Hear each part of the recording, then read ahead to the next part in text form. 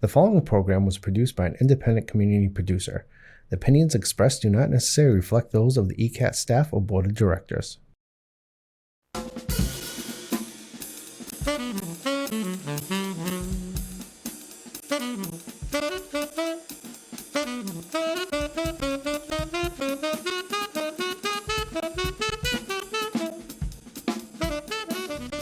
Ladies and gentlemen, boys and girls, residents of Easton, friends and neighbors, this is Bill Ames, the co-host of the Film Connection. We like to bring to our shows people who are from Easton or neighboring towns who have a career in the media business, making films in front of the camera, behind the camera, whatever. And as part of the Hockomock Film Festival, we've had many interesting guests come on over the years. So, without further ado, it's my great pleasure to introduce the brains behind this operation, Priscilla Almquist-Olsen, to introduce our guest. Priscilla? Thank you so much, Bill. Well, I've never been called the brains, although I was valedictorian of the Oliver Ames High School class of 1960. There you go. I remember it well.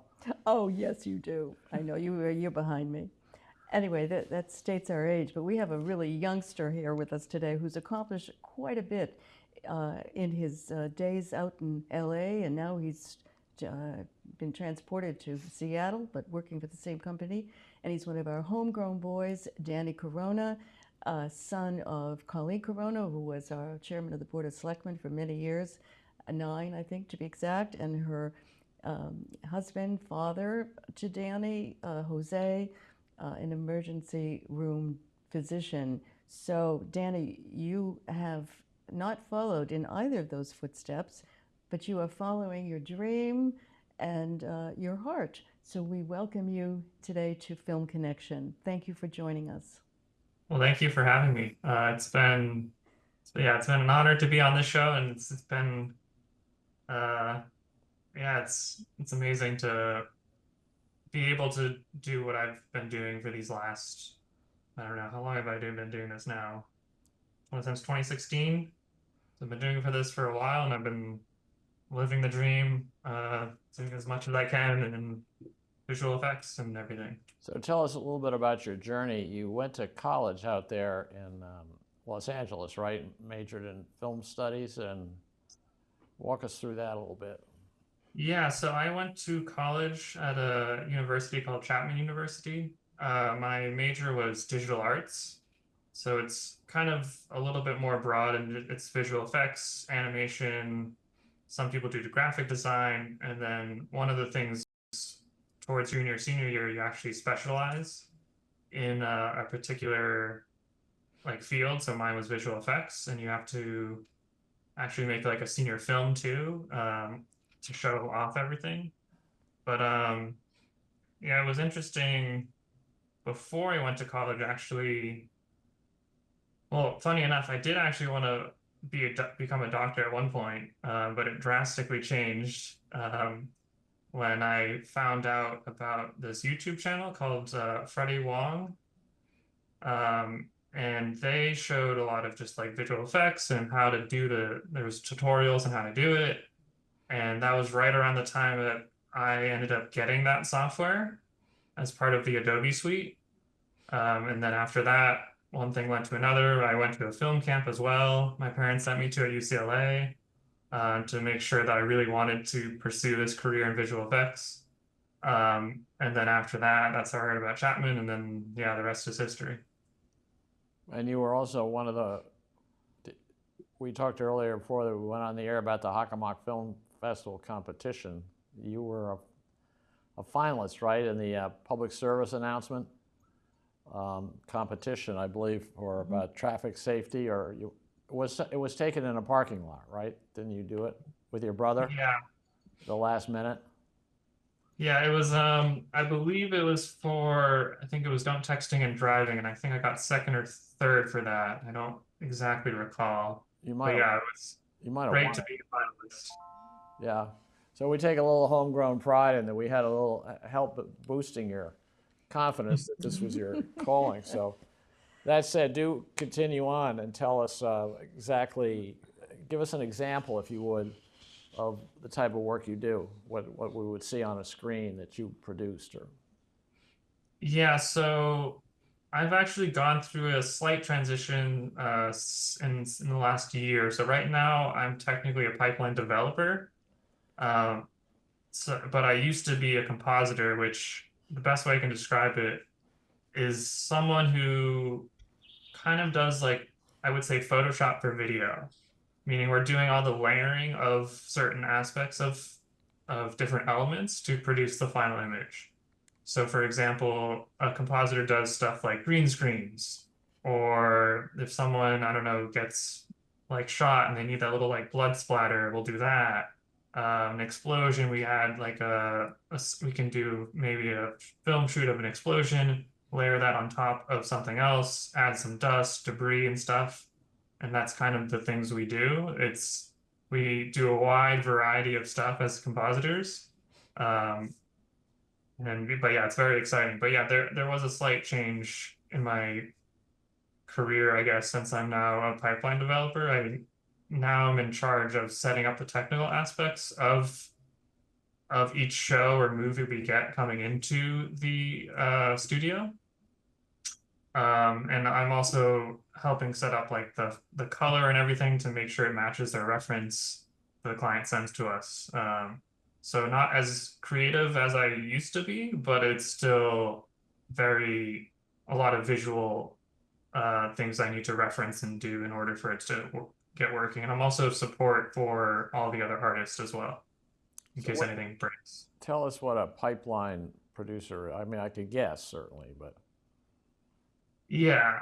So a pipeline developer is anything that involves 2D work. So there's 2D side, which is compositing, like After Effects and all that stuff. And then there's the 3D side, which is all CG models and stuff. I'm on the 2D side, so anything that involves 2D, I'm in charge of and helping facilitate that. So, for example, we'll have like Marvel, they'll come in and they'll give us a 30-page PDF on all these technical aspects of how they want the footage ingested, how they want it sent back, and how they want it in certain resolutions and all this metadata built into it. And my job is to make sure that I set up the show so that the artists don't have to worry about manually inputting all that and worrying about the color and worrying about the metadata and all that stuff. It's all automated and so they can worry about the creative side and they don't have to worry about any of the technical side. how about that, Priscilla? You wrap your Wow. mind around that? No, but I'm impressed. It's a little complex, but Well, when you it's say important. 2D, just to geek out here for a second, what's 2D? Two-dimensional? Yes. And you're now three-dimensional, right? Sorry. Yeah, so you used to do two. Is there three-dimensional? Is there such a thing as a third dimension? Oh, yes. So 2D is, I guess I'm going to go back to that Photoshop analogy. 2D specifically, like I'm just layering elements that were rendered out or stock elements, and those are just 2D images, where there's the CG department or 3D department, and they are doing like the physical, like, or like the CG modeling of different like creatures or whatever. So if they have that 3D model of a creature that we're inputting into some movie or show, they have it in 3D space in their software and they can get any sort of angle they want, but they will render that out into a flat image, and that's what we use to composite. And that's something that us compositors would do, would be combining all those different layers and creating the final image.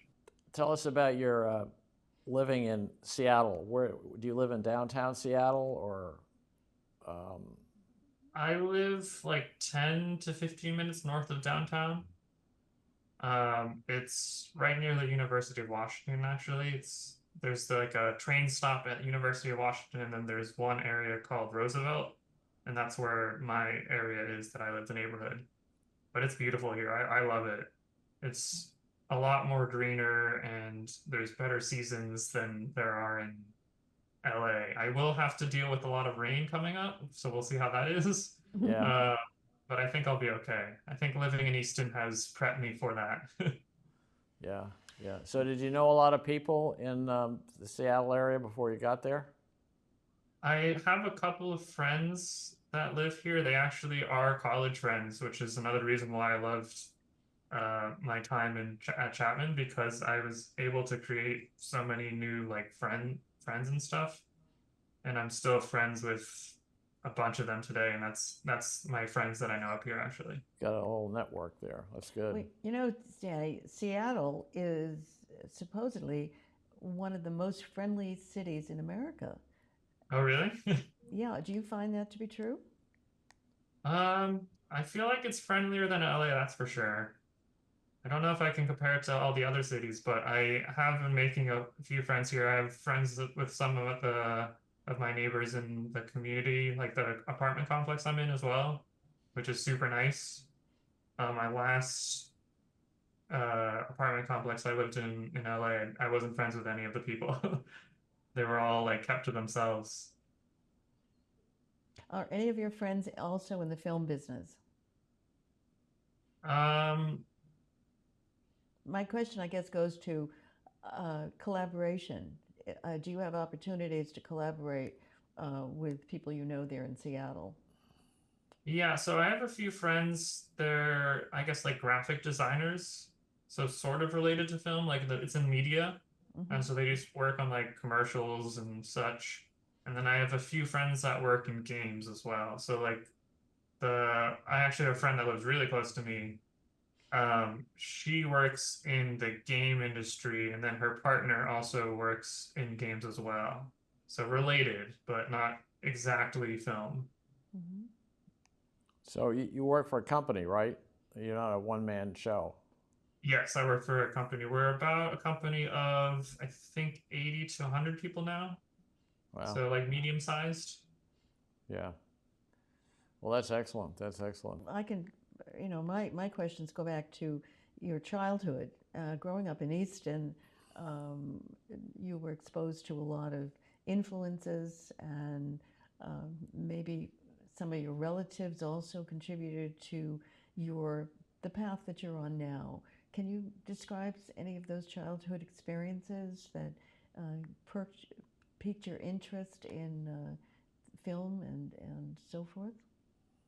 Yeah, so I think the biggest influence in me potentially, I think, was actually when my parents bought me, there's this film camera. I don't even know if they still make it called Digital Blue. And it's like this tiny little like film camera like this big, I don't know. And I used to shoot little films here and there on that. I don't know if I can recall any of them of what I filmed, but I think that's where maybe like this love for film came about. And then I also just love photography in general. So I think those like kind of combined. So the love for photography, also love for film.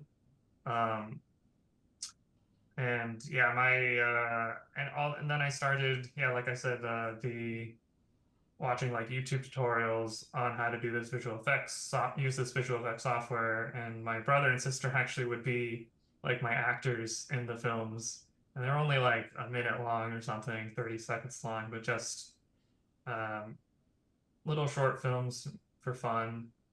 And actually, when I applied to Chapman, I originally applied for the film program, but after I sent my like portfolio and stuff, they actually uh, recommended me that I went to visual arts because had a lot of visual effects stuff and not as much just like pure film Hmm.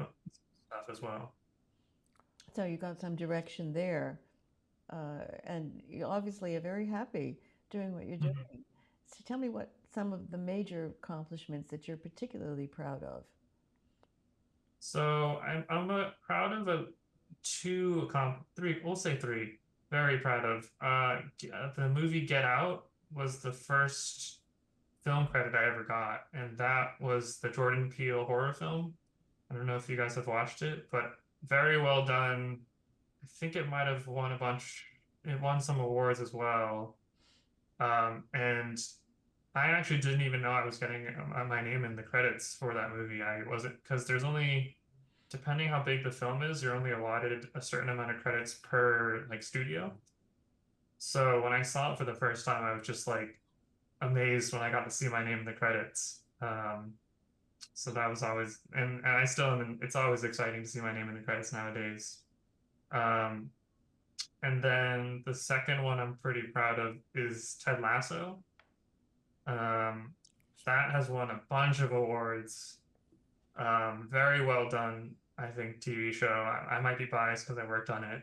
Um, but a lot of that, the work that we did in that, it was just insane how much work we were able to like, which when we see the clip of the breakdowns, a lot of that stuff, like people don't even realize is visual effects, which means we did our job well because people didn't know.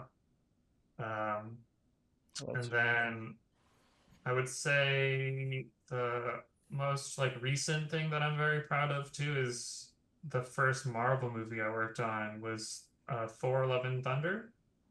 Um, and it's been one of my dreams to work on a Marvel film since being in this industry, and then it's finally happened, and now we've worked on 2 or 3 Marvel movies, I think, so far at my company. Help us with Marvel. Maybe some people don't know who you're referring to. Oh, Marvel is the big like superhero film movies. So like Thor, Black Panther, Ant-Man, um, what else? Spider-Man, Superman. Yeah, Spider-Man. I think maybe Spider-Man. Um, trying to think of what else. The Avengers. Avengers is also Marvel. So this is the successor to the Marvel comic book, right? The Yes, correct. comic book publisher. Okay, that's what I guess. So, well, that puts a little more sharp definition to what you do. I think that's very interesting. So when we've all seen a lot of shows that it clearly are animated graphics, but they all seem about 98% real. I mean, maybe you can sort of guess that the color is too bright or something like that, but that's your world, right? You got to make sure that color is not too bright, and it fits with that definition. Yeah, another thing with those movies and just TV shows in general, there's a good amount of stuff that even before I worked in the industry that I thought was real, and it turns out it's not. Like even TV shows as simple as like when I worked on, for example, like Grey's Anatomy, SWAT, Superstore, those still have visual effects, but they're just hidden. Um, and it's very intriguing to see once I started in this industry how much was visual effects working on these shows. I suppose you save them a lot of money, right? If you could create digital effects, that means they don't have to go out and film it themselves, right? You can just do it and send them a bill. Yeah, exactly. A lot of the stuff for TV shows in particular is just things that like sometimes there's mistakes or something, and that they don't want to have to, go back to that location, hire the entire crew, hire the actors for a reshoot. So a lot of the times it's like, oh, we just need to fix this little thing, and then, I don't know the exact costs, but it's way cheaper than trying to reshoot everything and rehire everyone for that day. The classic example of that was in the movie Spartacus, where Kirk Douglas, they were racing these chariots. Yeah. One guy forgot to take his wristwatch off. So there he was. But they decided to leave it in because it was sort of amusing, and most people would, 99% of people would never notice it. I never noticed that, but I will next time. It's very funny when you see it, it's a big Rolex. Right. Now, Danny, I'm willing to bet, Bill here, that when you were a kid growing up, that you were a comic book fan. Is that right?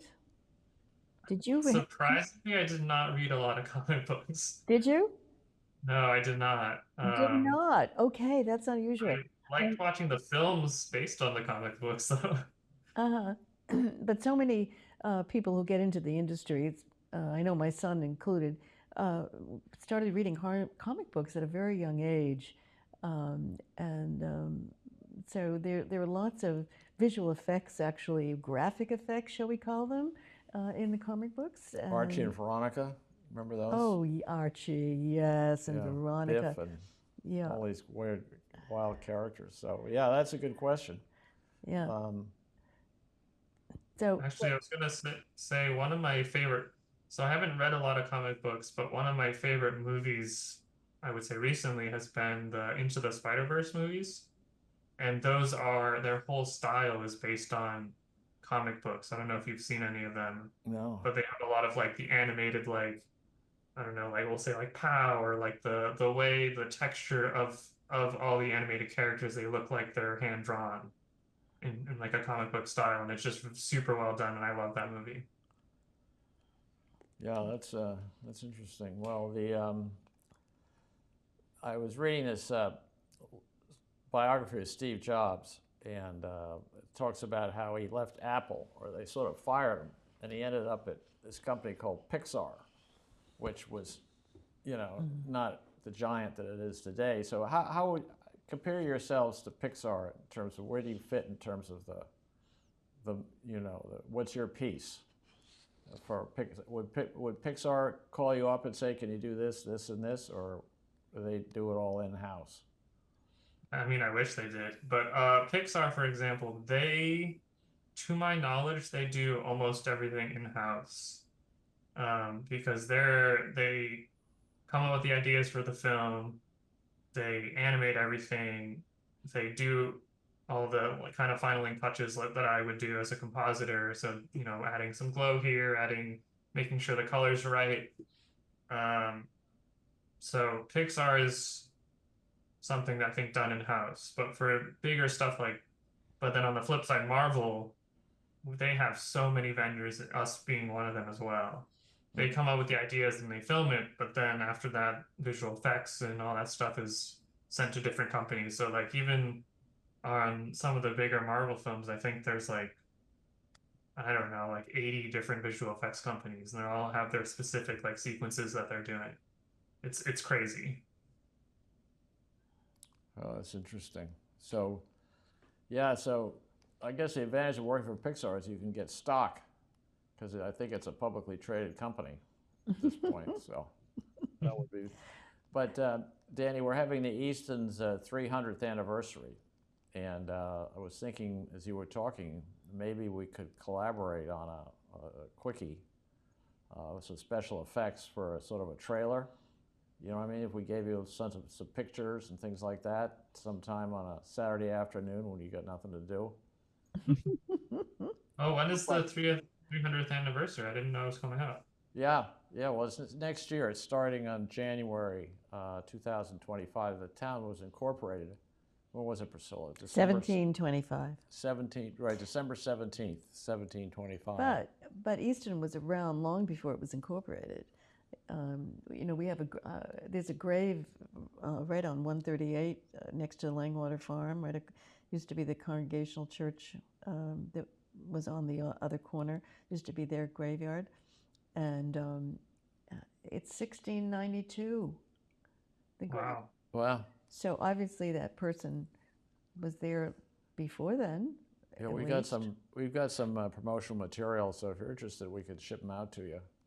Yeah, I'd be happy to take a look and see if I have time. Yeah, yeah, yeah. I mean, you're busy, of course, but anyhow, That would be great. no pressure, as they say. But you got a dream career. God, when I started film editing, I thought this is the bee's knees. I mean, the music comes on, you got some helicopter shots going low, and the music's there. And gosh, it's like a drug almost, isn't it? Editing, you sort of get, not that I know about drugs, but I mean, you get into it, and you just can't I mean, stop. yeah, there's certain things that you just get super into, and like seeing it again, like especially on like the big screen, you're like, wow, I put a lot of hard work into that, and everyone loves that shot or something. and that's just super nice to see. Yeah, Or like when though like we've had stuff where some of our work gets like featured or like someone turns it into like some clip or some GIF and they share it around and that's like, oh, we worked on that. And that's something that we did. yeah. Uh, Super exciting. Mm, I would think so because there are millions of people out there. That's your mm. total addressable market is in the hundreds of millions of people. So Hmm. from your apartment there in Exactly. Seattle, you can reach around the globe. Dan, are you ever coming back to Easton for a short visit? I was there actually recently, but very quickly. I was there for a wedding. Uh-huh. Uh, I was I don't know if you remember Caroline or Caroline Less, Who? Caroline Less, That Colleen sounds Less. Oh, very sure. familiar. Yeah. Yeah, Yeah, her I daughter know her recently got mother. married, and I'm good friends with her. I've been friends with her since I don't even know, a long time ago. Wow. But So she got she married. Oh had my a wedding goodness. Those kids recently. are grown up already. Yeah, So sadly, your grandmother has passed on, right? Yeah, yeah, she She lived did. up in the school there, that nice apartment yeah. complex. Oh, Yeah, right across from the Rockery. yeah. I loved your grandmother. She had such a sense of humor. She could have been a stand-up comic, you know. Yeah, she was great. She was, I miss her. And my mom also of course. misses her dearly. But Yeah, and then you have an aunt, right? Did you have an aunt that lives in Easton too, or? yeah, she's the last remaining relative living in Easton right now. Yeah, She lives across from like the line or the pond on Pond Street. Pond Street. Yeah, Shell Shop Pond, is that the pond? It's yeah, been too long. yeah. Okay, yeah, right across that. Yeah, That's where she lives. she married Carrero. Oh, what's his name? Govea. Covea, thank you. Covea, right, right. And I was very close to his grandmother, a member of Hmm. my church.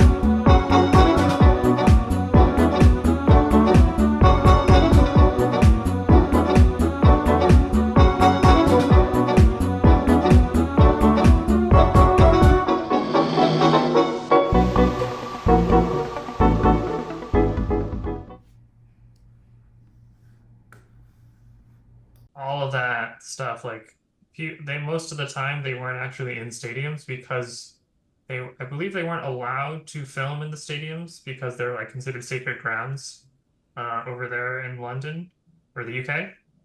Um, but yeah, what we were in charge of, so the CG or 3D department would make the stadium. They would give that to us. We would combine it with the footage. We would add the people in, the graphics, all that stuff. And the amount of work that went into these episodes is insane. Um, and yeah, it's like some people didn't even realize that they didn't shoot in stadiums at all, which is amazing. So, which means we did our work right. Yeah. Well, you sort of get it that it probably wasn't because of it's so sort of fascinating and multifaceted. But so the people set up the stadium for you, and did they put the crowd in there, and then you did the characters on the field, or how did it work? So they shot those people on it was a practice field, I believe, in UK. Um, and then there were some green screens around as well. Um, a lot of the work we actually had to do as well is it's called rotoscoping, where you have to like cut out the people. So like with the green screen, that helps with cutting out someone because there's a separation of like the foreground and the background easily. But when there isn't that, you have to rotoscope where you manually like cut them out and then you put in stuff behind them. But yeah, we did, and then some of the people in the stadium are real, but I would say 80 to 90% of the people are not real. They're just uh, either CG characters that were made, or they were like we have elements where they were filmed, like maybe like 10 different people were filmed, and then we just basically place them in thousands and thousands. Those same 10 people will be across the entire stadium. But you don't notice because it's everyone's wearing the same kind of colors and stuff. It's for the team. And a lot of times they're out of focus, so you're not going to be able to tell that it's the same 10 people over and over again. Well, I used to watch the Chemical Brothers. Did you ever see some of their films, musical films? I think so, yeah. I think they were early users of these techniques because they had, remember the Chemical Brothers? Probably don't. Probably don't. But it was very similar to this. I mean, this is much more elaborate and sophisticated. Yeah. But the Chemical Brothers, they were music videos, people dancing, and suddenly this person was recreated 23 times, and the pictures would go up and down like that.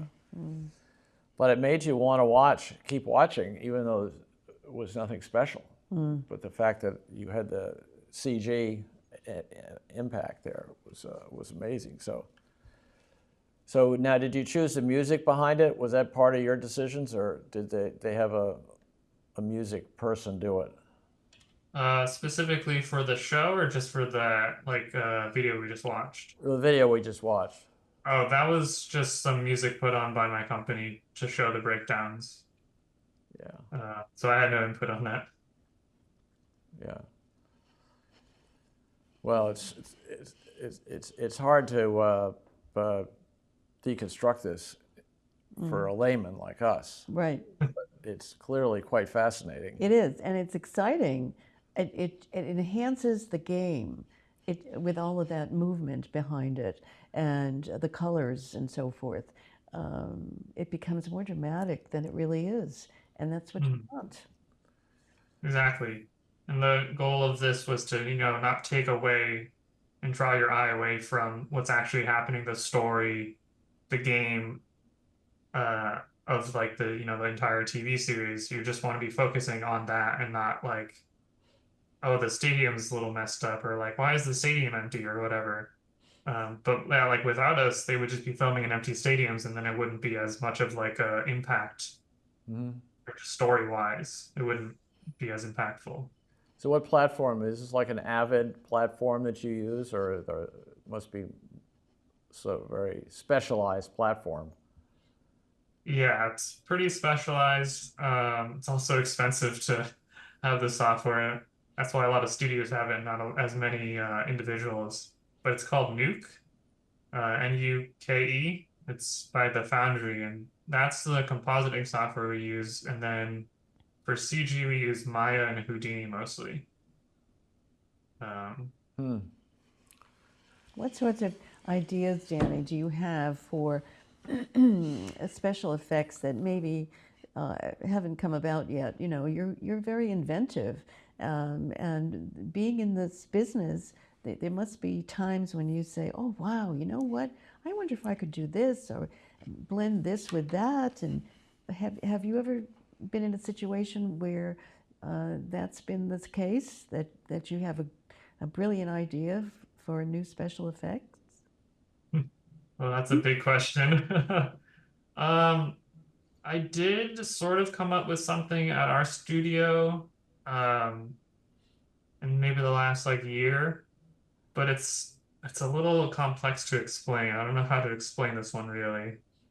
Um, But my question, I guess, is you have those opportunities and those moments of insight and a flash of creativity when you're busy doing your craft every day. So mhm. that must make it really exciting to Yeah, be participating in this particular aspect of film. yeah. I will say there was something in Ted Lasso. It's not, I wouldn't say it's like a fully fledged new idea. But for Ted Lasso, we actually had like a random generator for the characters, right? But there were some times in a lot of the close-up shots we would like film ourselves or like other people to put in the front row or first couple of rows, so that way you could or they wouldn't draw your eye away being like, oh, those are fake people because you see the first two rows are real. I had this tool where you could like just point and click and you could select your character and put it in 3D space or where it will be. You click on the stadium and it would know exactly where and how far and distance wise it should go. That's something that I would say that we kind of created for more specifically for our studio and for Ted Lasso. But that's something that I was like super proud of because without that, it would take, you know, 3 or 4 times as long doing that same effect, trying to get it in the right placement and right scale and everything. So it makes me think of one of our favorite topics on this show, which is the impact of artificial intelligence in your business. I mean, you can certainly see that it's got to be very relevant for the work you do, coming up with different ideas and special effects. Have you seen the beginnings of AI coming into your business?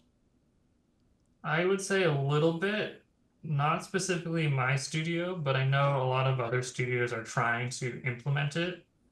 And there was that whole like writer's strike recently, an actor's strike that happened in Hollywood. One of their demands was to not have as like much AI stealing their jobs, which kind of makes sense. Um, but I would say we're a little bit of ways from having just like a full film, just AI based and no one really touching it. There still needs to be like that human eye to do the finaling touches and do certain things. And I think the biggest thing right now too is AI. If you were to, there are some tools that you can create video for using prompts, but they just spit out that video and that's it. So if you want to like correct it, you don't have, which is really necessary in my line of work, you don't have the different layers separated out. So if say, I don't know, you had a video where say we'll go back to Ted Lasso, you want a characters running, you want a crowd in the background, and in this specific stadium. If you had some AI prompt and you were to type that in, and the stadium was wrong or the crowd wasn't looking right, there's no way to just adjust that crowd and separate it out. Where we would have that control. You would have to just regenerate a whole new video and just hope for the best every single time over and over and over again. And I think AI in the future will get better at this, but I think it's a little bit yeah, a little bit of a distance, and I think you still need someone to know what they're doing. It might mean like studios, like more indie studios can have more freedom and can create more, I guess, output. But yeah, you always need, I think, you're always going to need an artist to do the finaling touches. Otherwise, things might look weird. Well, I think yeah, I can see what you're saying because the AI, well, I've used Chat GPT and it's good for the first draft. I mean, when this Right. gets you going and then you get ideas. And I know I get these internet blasts with links to video editing AI systems, which I don't know whether it's clickbait or what, but I could see the possible use of, say, you've done some landscapes shots, and you can say, "We'll do this in the style of Fellini," you know what I mean, or something like that, where they could, if they had if it was just landscapes and woods and flowers and some music and things like that, create a certain mood. I don't know if Fellini's a good example, but some of the artsy type things, maybe a documentary. Yeah, I know also, I don't think I'm allowed to specifically say, but we have attempted to use, like, I don't know if you guys know about deepfakes, which is like a lot of like replacing someone's face using AI. We have done one thing that I know of where we have, like, I think it was like a stunt double was on the set, but they need to replace their face with the actor's face. So we'll use this software where you input a lot of like references. I would say it's kind of AI because you are giving it a lot of reference, but it is still generating like facial, I guess, like different facial whatever gestures and things that weren't in the reference. So AI is being used to kind of copy that face and bring it over to that stunt double's face. And then when you see the final output, it looks like the actor was actually there. Well, I'm sure the market that you guys have products that you guys would be interested in is probably way down, but certainly it's broadening its reach through just about all of industry at this point, and Yeah. the stock market senses it because it's not like a copy machine or an iPhone, right? It's just sort of moving slowly in this great wave out there. So maybe it's time to see the second example of your work, Danny? Okay, here we go.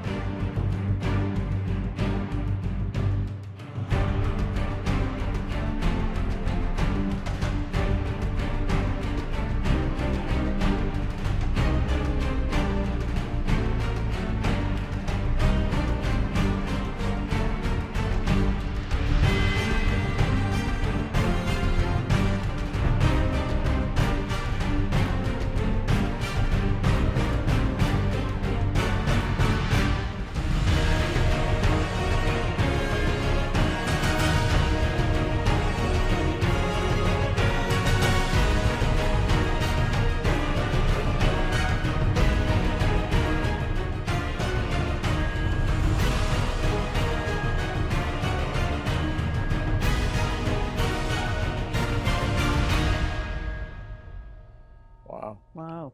So tell us something about that. Gosh almighty, that's a classic, wonderful example of what you do. Yeah, so that is based on the like super long, I think it's one of the, if not the longest running TV like anime series called One Piece. I believe it's Netflix, and they wanted to do a live action version of it, so that's what this is. I personally did not do any of the visual effects on this one. I did the setup and like support and all the technical aspects of it. But yeah, it's the amount of like just effort that went into this is also insane, and it just like gets you thinking after seeing these breakdowns of like, wow, what is what is real, what is fake. Yeah, it's Well, it's compelling. Do you work 9 to 5? I mean, in a project like that, I can imagine it just goes 7 days a week just to get it done or something, or maybe so yeah, I work like my hours are 9 to 6, but occasionally I'll have to do some overtime. Artists, I will say we do have people around the world at this point, so we can kind of spread out hours a little bit here and there. But I can't remember. We were working on that for maybe like 7 months, 6, 7 months. I'm not entirely sure though. But yeah, it was a long process, the amount of visual effects that went into this. Well, who supervises the creative process? I mean, is there one person who's a decider? Because obviously, when you're going down that road, situations in terms of the cinematic concepts will suddenly pop up, and you got to say, well, let's go with that, or let's go with this, or get rid of that. Who's the decider? So from the visual effects side, we usually have maybe we have like supervisors per department. So kind of going back to the 2D side and 3D side, there's a 2D supervisor and then there's a 3D supervisor. They are kind of the final approvals from what we do to send out to the client. The client obviously had told us kind of what they wanted, and our goal is to just create that vision for them. Depending how big the studio is, so this was like Netflix, I believe there's possibly like 2 or 3 different levels of approval. So there's like the showrunner, the producer, and then like the executive producer. Um, Sometimes editorial, the editors also have some sway in kind of how the creative part looks, because sometimes when you put it, it could look fine by itself, but when you put it together in the edit, you might notice like, oh, well, does the continuity here doesn't really work. So sometimes we'll get notes from the editors as well. But yeah, there could be up to 4+ people reviewing these. So sometimes that can be a lot because it takes a lot of time to get approval. But then on smaller shows, sometimes it's just one person who looks at it and says like, "Yep, approved." Well, well. So which part did you play in that particular reel that we just saw? So this is when I switched over to the pipeline developer side. So I was doing the technical setup in terms of like getting all the color and metadata and resolution, all that stuff being sent and ingested properly so the artist can work on it, and then also exported properly so it's in the client's like specs of how they want it. So not as much again as the visual effects like or creative side. It's just a lot technical stuff. Well, when you say metadata, I know what metadata is in terms of, links and whatever. But what is metadata? And what you do is it just a description of the scene, of the clip, or information? Yeah, I guess I should go into that. So each like file that we write out will have specific metadata, which is just like the details of the file, but it's like it's included in the file itself. It's kind of hidden. You have to have one of these special softwares to see it. But if you import that file and see it, you'll be able to tell like the frame rate, how long it is, the time code, which is necessary for like syncing up different shots together. Like we'll have like the artist name of who created it, our company name, the company that made it, like the camera that was used to shoot it on, what sequence it is, what shot it is, all this stuff. Like some of these files can have like 300 different, I guess, fields and details that are used to help out the client of how they can sync it up together and make sure everything is proper. But yeah, it's insane sometimes of what they ask for, like what kind of details are inside those files. So do you have one person who's that's their specialty to load the metadata or make sure it's accurate type of thing? Like, I guess logging it in is the example. Yeah, I guess that's kind of me. I'm the one that when stuff gets exported, I need to make sure that it's properly formatted properly and that has all that metadata. And then depending who the client is, sometimes they'll kick it back and just say like, oh, like we're missing this, and then it's just like, oh, one thing was missing, so we just need to make sure we add that. Okay, Yeah. so now we're going to see the final example of your work. So let's roll it, Adam. Here it comes. So we should introduce this. So here's the third example of the work that Danny does out there in Seattle.